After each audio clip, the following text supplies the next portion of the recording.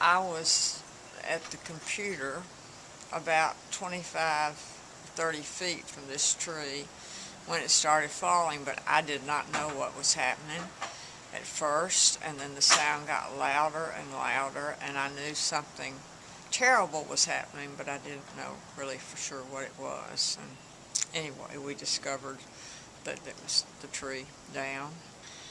The yard will not ever be the same as it was. That's a very old tree, probably about 175 years old, and it's a part of history that won't be here anymore, and uh, but it certainly could have been a whole lot worse.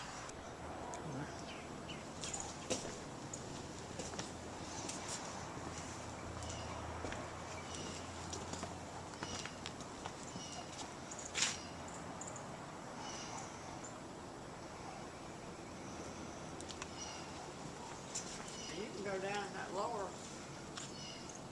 level if you want to. Thank you. You have to work to get there, but I'll